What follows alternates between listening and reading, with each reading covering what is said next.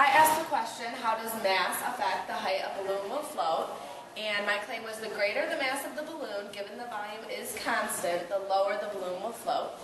So we took a 9-inch balloon and a 12-inch balloon, filled them each with helium for 20 seconds, tied them to the string, and then tied them to the bottom of a Dixie cup, and we found this balloon is the 12-inch balloon. This is the 9-inch balloon. Again, both with the same amount of helium, which shows that the 12-inch balloon does in fact float lower because the mass is greater.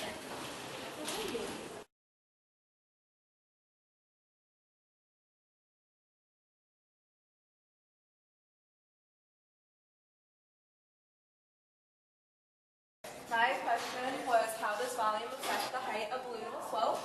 And my claim was the greater the amount of helium in a balloon, given mass remains the same since they're both 9-inch balloons, the higher the balloon will float, which you can see what happens here is this one just falls straight down and this one floats up.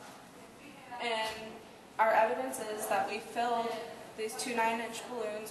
This one has more helium and this one has less helium, obviously. And the balloon with the more helium floats upward and this one floats downward due to the force.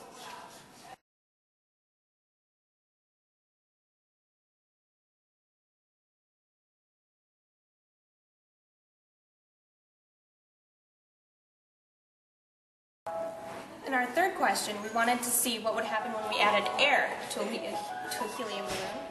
And the difference was that the balloon with air and helium in it doesn't float as well as the balloon with just helium.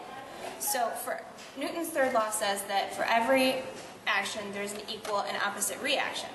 Well, the amount in helium is pulling up against this cup's force, and the amount of air is working against the force in this helium balloon to pull it down. So the reactions are equal and opposite, and you can see the effect that the helium has as far as floating and as far as helium combined with air.